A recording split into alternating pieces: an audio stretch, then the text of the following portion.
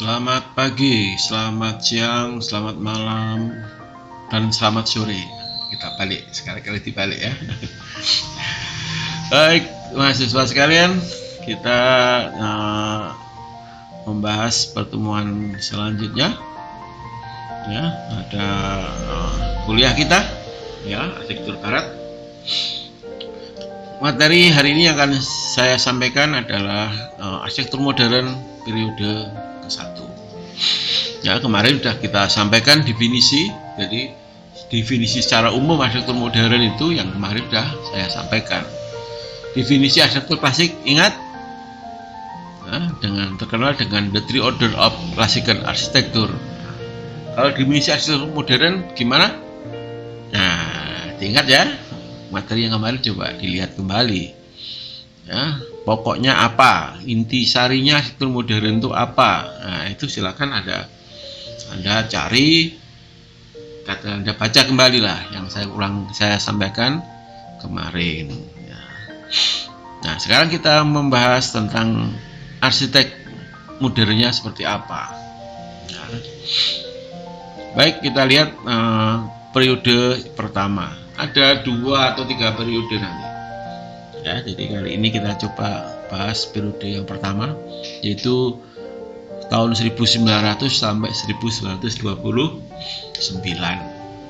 Nah, ini ada sesuatu. Seperti apa arsitekturnya? Nah, ya, arsitektur periode 1 ini menonjol setelah Perang Dunia Pertama 1917 bersamaan dengan hancurnya sarana prasarana dan ekonomi. Jadi banyak bangunan yang hancur, maka setelah selesai Perang Dunia Pertama, maka didorong untuk menciptakan tempat hunian, perkantoran, pabriknya dan sebagainya dengan cepat. Nah, ya, dengan teknologi maka pembangunan bisa dilaksanakan dengan cepat. Nah, itu. Ini ciri khas daripada perkembangan arsitektur modern, ya, menonjol setelah Perang Dunia Pertama.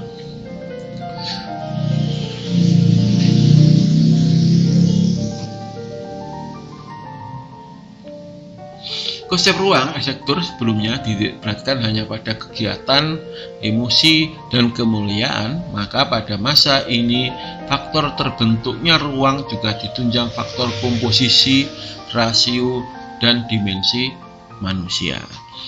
Jadi komposisi ya, logis ya, berdasarkan ukuran manusia, fungsional. Ya, itu mulai berkurang emosi tentang masa lalu sudah mulai berkurang. Mulai berkembang konsep pre-plan atau universal plan, ya, yaitu ruang yang ada dapat dipergunakan untuk berbagai macam aktivitas. Ruang dapat diatur fleksibel dan dapat digunakan fungsi apa saja. Nah, di periode 1 ini karena ini akibat perang ini cepat, harus dibangun dengan cepat, maka dibangunlah model tipikal bangunan itu ya. Setelah itu ruangnya silakan diatur sendirilah gitu ya, jadi gitu. Nah, ini pre-plan dan universal plan. Bangunannya adalah misalkan 20 lantai, bikin aja itu kok. Lah, kotak-kotaknya silakan menyesuaikan diri. Nah, karena tuntutan tadi ini akibat dari Perang Dunia Pertama. Namun sebelumnya Perang Dunia Pertama ini ya masih tadi ini kegiatan emosi, kemuliaan masih ada. Manusianya komposisinya lebih kelihatan tidak tergesa-gesa. Setelah Perang Dunia I ini tuntutannya cepat gitu, kecepatan. Nah, biar cepat gimana? Wah, ini model-model seperti ini dihadirkan. Tipikal konsep mulai berkembang, yaitu ruang-ruang dibuat standar dan berlaku universal. Bangunan konsep ekonomis mulai diterapkan. Nah, ini.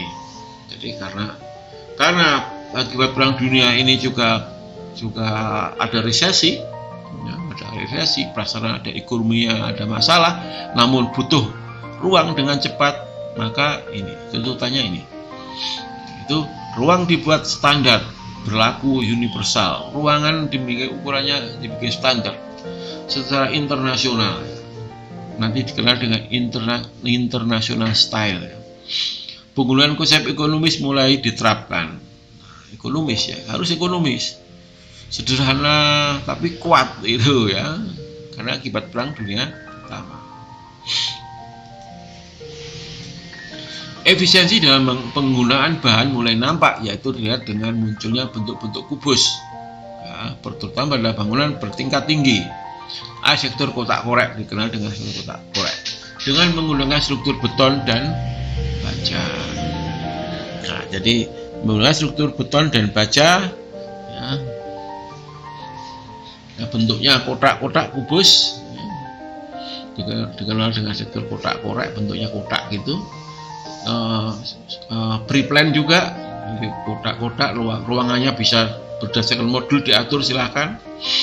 Nah, ukurannya berdasarkan modul. Nah, itu ciri khas dari high class building adalah modul ya. Ini juga gitu. Konsep open space nampak dengan menggunakan jendela kaca yang lebar dan menerus. Jadi terbuka lebar bisa dengan teknologi kaca. Terus pemakaian bahan terutama baja, beton, dan kaca dengan bentuk polos, ornamen dianggap sebagai suatu kejahatan. Jadi pemakaian baja dan beton kaca dengan bentuk polos saja, polos nggak ada. Kalau Anda pakai ornamen maka dianggap suatu kejahatan. Nah, waduh, nggak arsitektur. Lain dengan klasik ya, klasik malah dibutuhkan ornamen. Namun kalau modern haram untuk memakai ornamen. Nanti kalau pakai ornamen, waduh itu boros, itu nggak efisien gitu, terlalu ribet. Nah, itu arsitektur modern berarti putusnya hubungan dengan sejarah dan daerah, selalu ingin universal karena industri, ilmu pengetahuan, dan teknologi yang juga bersifat universal dan juga manusianya. Jadi hubungan masa klasik sudah tidak dipakai sama sekali. Kalau hadir klasik malah dimarahin, malah nggak efisien, ya nggak ribet, bersihkannya sulit, wegah orang-orang semakin gitu. Itu. Nah, jadi ini gayanya universal, terus juga dikenal dengan sebagai international style. Jadi bentuk arsitektur periode pertama ini secara internasional menyebar di mana-mana, baik itu di Eropa, baik itu di Amerika, baik itu di Asia. Bentuk ini semuanya bentuknya kotak korek ini, hampir kotak korek, open space, naik ke atas, bentuknya ya kotak korek. Olahnya hanya geometri garis dan bidang aja, tidak ada ukiran sama sekali. Jadi gayanya universal, ya situ aja, di semua tempat bentuknya hampir sama. Jadi nggak bisa dibedakan ini di Amerika atau ini di Jepang atau ini di di Eropa. Oh, nggak bisa dibedakan. Nah, itu ya dikenal dengan international style. Banyak itu, namun ada tokoh-tokoh yang masih berkarya, yang berkarya berarsitektur yang lebih artistik ya. Dan nanti kita bahas karya yang artistik dari masing-masing arsitek era ini. Ya. Baik, kita lanjutkan. Ini ada Kongres Internasional Arsitektur Modern SIAM, ini 1928, yang hasilnya adalah ini kongres ya, ini dengan seluruh arsitek kumpul di sana mengadakan kongres. Hasilnya adalah memutuskan ini, arsitektur modern adalah pernyataan jiwa dari suatu masa dapat menyesuaikan diri dengan perubahan sosial dan ekonomi yang ditimbulkan oleh zaman mesin, zaman industri. Jadi pernyataan jiwa atau dari suatu masa ketika itu 1908 dapat menyesuaikan diri dengan perubahan sosial, ekonomi dan akibat industri, yaitu dengan mencari keharmonisan dari elemen-elemen modern serta mengembalikan arsitektur pada bidangnya, yaitu ekonomi, sosial, dan kemasyarakatan, yang secara keseluruhan siap melayani umat manusia. Jadi konsepnya adalah arsitektur itu melayani umat manusia, mewadahi manusia yang efisien, memadai, tidak ya efisien, tidak terlalu luas, tidak gitu. Nah itu. Nah ini hasil kesimpulan arsitektur modern pada Kongres Internasional Arsitektur Modern. Nah, kita dikenal juga dengan konsep ini setelah ini dikeluarkan oleh Louis Sullivan. Nah, itu konsep baru dengan sangat mendasar dari arsitektur modern, antara lain adalah ini follow function. Follow function yang dikembangkan oleh Louis Sullivan Chicago dengan beberapa ciri sebagai berikut. Apa sih follow function itu? Form follow function itu bentuk mengikuti fungsi. Itu apa sih? Nah, kita lihat di sini, yaitu ruang yang dirancang harus sesuai dengan fungsinya. Jadi, ruang yang terjadi adalah sesuai dengan fungsinya. Itu baru arsitektur. Nah, yang kedua, struktur hadir secara jujur dan tidak perlu dibungkus dengan bentukan masa lampau tanpa ornamen. Strukturnya harus jujur, nggak usah pakai ornamen deh. Gitu ya. Bentuknya polos.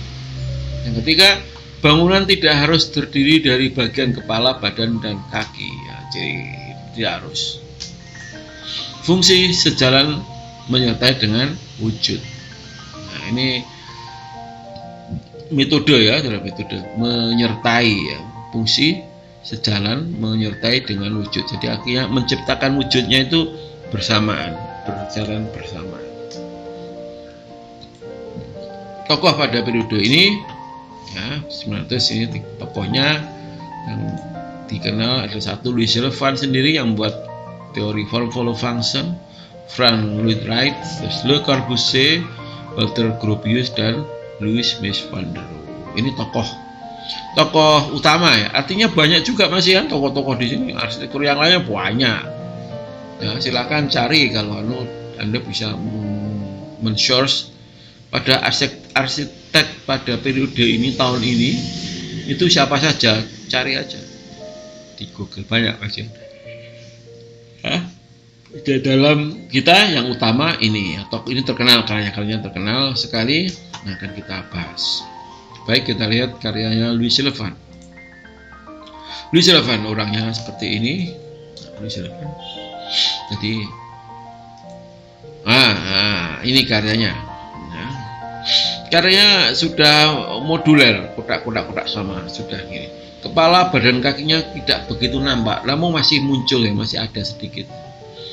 Nah, Louis Sullivan kan orang yang mepet ke klasik. Dia justru yang berontak, namun jiwa klasiknya masih ada. Nah, kepalanya di atas, badannya ini, kakinya ini kelihatan seperti ini. Masih ada. Kakinya masih muncul. Demikian juga dia tidak bisa melepas dari bentuk ragam biasnya, masih ngukir rumit gitu ya. Ini Louis Sullivan di awal ya. Di awal dia berkarya seperti ini. Ya, ada perubahan ya, dalam perkembangannya ada perubahan. Walaupun masih ini materialnya berubah, mungkin ragam biasanya masih di sebelah sedikit sini. Ini karya Louis Sullivan. Ya, terus ini juga karya Louis Sullivan yang sudah mulai polos, namun tetap masih membayangi ya. Ya, sulit ya, jadi seorang arsitek untuk lepas dari tradisinya itu sulit. Nah, jadi Anda juga nanti akan seperti itu ya. Mesti nampak lah, ini desain Louis Sullivan kalau kita lihat kan hampir mirip ya. Ini kan hampir mirip bentuknya. Ragam pengulangannya tetap pancet ini dipakai juga. Masih menjiwai terus. Ya, ini karya yang lain dari Louis Sullivan. Nah, ini sudah mulai polos, ya. Jadi sudah mulai berani lepas dari ragam bias ini, ya, mulai polos. Bentuknya mulai kotak-kotaknya jelas, ya, modulernya sudah mulai jelas. Ya, terus ini juga demikian. Nah, komposisinya tapi simetris masih dia pakai juga kadang-kadang. Namun polos sudah mulai berani untuk menghadirkan bentuk-bentuk yang polos tanpa ragam bias. Kepala badan kakinya juga masih nampak, namun difungsikan ruang, bukan. Kalau klasik kaki ya pondasi, ya. Kalau ini sudah difungsikan, ya, sudah difungsikan, ini juga difungsikan, ya. Ini juga demikian. Oke, ya, itu dari karya Louis Sullivan. Frank. Kita coba karya dari Frank Lloyd Wright. Apa? Nah, ini yang terkenal, Waterfall. Nah, ini karya yang paling terkenal dari Frank Lloyd Wright. Ya, permainan bidang-bidang saja nih, bidang kuat sekali. Ya, ya, di sini walaupun sudah ada pohon-pohon di dalam hutan, dia menyatu dengan hutan, dia membuat arsitektur di sini. Ini ya tampak, ya, kita lihat hampir horizontalnya kuat. Nah, ini olah komposisinya. Nah, lihat kepala kakinya udah nggak ada, atap dan badannya sangat kuat dominan. Ya, itu karya dari Franz. Nah, ini juga karya dari Franz Lloyd Wright, ya, sudah mulai klasiknya hilang sama sekali. Ini juga karya dari Frank. Ini ragam biasnya ada sedikit-sedikit, ya, muncul di sini. Namun komposisinya fungsional, tidak simetris, sudah hilang sama sekali. Ini nggak ada simetrisnya, ya. Jadi dia betul-betul lepas dari klasik. Ini juga demikian, nilai lokal dipertahankan, bentuk fungsional dengan kemiringan atap, ya, dan daerah bersalju dia bikin seperti ini. Memanfaatkan ruang ini, rongga atap difungsikan juga untuk aktivitas. Jadi 1, 2 ini bisa dipakai juga. Nah, ini karya Frank Lloyd Wright di awal 1900. Namun dia akan berkarya terus sampai dengan nanti periode 2, kalau 3 nggak salah. Dia masih terus berkarya. Ya, nanti kita lihat karya mereka.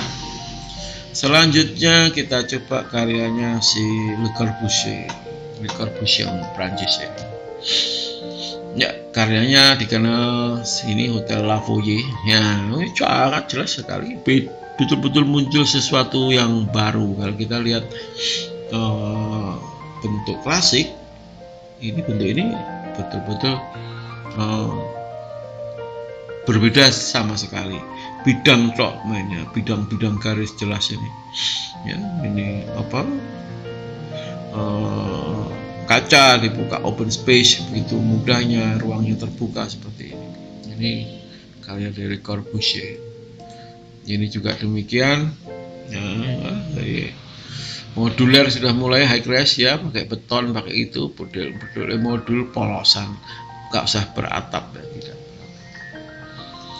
Ya, ini juga karya dari Corbusier, ya, walaupun irama, dia membuat irama garis bidang-bidang ini seret ditutup, ini dibuka. Lihat permainan bidang-bidang terbuka dan bidang tertutup, menjadikan nilai estetika ini berbentuk berbeda ini, ya. Nah, Corbusier ini memang agak nyeleneh, ya, dia seniman juga. Nah, ya, iramanya lihat nih, nggak sama, ya. Kalau ini masih sama, nah, itu tidak harus simetris, dia berani dilepas. Ini juga demikian, hampir setipe, ya, permainan tidak sama, nah, mukanya itu tidak sama, ya. Lain dengan ini, ya, ini sama. Kali karya dari Louis Sullivan tadi, ininya diulang-ulang sama. Ya, baik, kita lihat lagi karya dari ini, dari Walter Gropius yang dikenal dengan Bauhaus-nya. Bauhaus ini kelompok geng arsitek. Bauhaus dia ini bagian dari ruang ini, bentuk rumahnya, lihat pemanfaatan teknologinya sangat kuat ya, dominan menonjol kacanya ya, tidak harus simetris, nggak jelas pembagian, komposisinya bagus sekali ini gedung Bauhaus ini ya.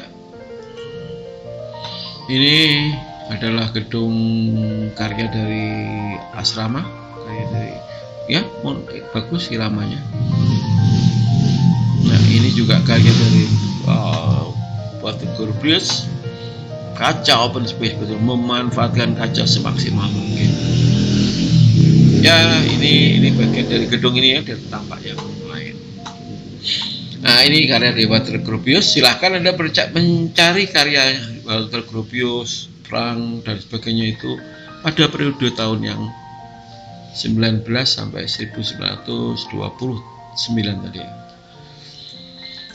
Baik, ini karya dari Mies van der Rohe.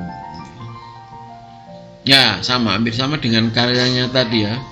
Yang siapa? Frank, bawahnya itu tadi. Nah, hampir sama bentuknya, polos ya, ringan sekali bentuknya. Kepala badannya sudah nggak nampak ya, sudah betul-betul polos. Ya. Ini cara dari Mies van der Rohe, betul-betul modern. Nah ini karya yang terkenal dia, kampus ini, open space-nya kuat sekali, kacanya diperkuat. Ya. Ini juga karya dari Mies van der Rohe. Ya, begitu polosnya, begitu ya, kaca-kaca full, ulang garis, unsur vertikal, unsur horizontal diperkuat. Kalau ini vertikal karena bentuknya horizontal, dikasih vertikal seperti ini. Ini juga gitu, ini horizontal kasih vertikalnya ada itu sehingga menyatu ya, kelihatan gitu. Kalau ini digabung ya antara horizontal dan vertikal, iramanya tapi ya gitu monoton ya istilahnya. Nanti akan lain dengan tadi Corbusier itu berat dan seniman dia, tidak monoton karyanya. Nah demikian untuk Headrest Building di sini, Mies van der Rohe juga bikin sesuatu yang monoton ya, kotak ya, sesuai dengan sistem strukturnya. Baik ya, jadi kita sudah membahas arsitektur modern periode pertama. Selanjutnya tetap tugas saudara ya, dikumpulkan Sabtu, silahkan buat sketsa ya, linknya nanti akan kita masukkan, kita sampaikan di bawah di sepada saudara. Baik, gitu saja, sampai jumpa kembali pada pertemuan selanjutnya. Sekian, assalamualaikum warahmatullahi wabarakatuh.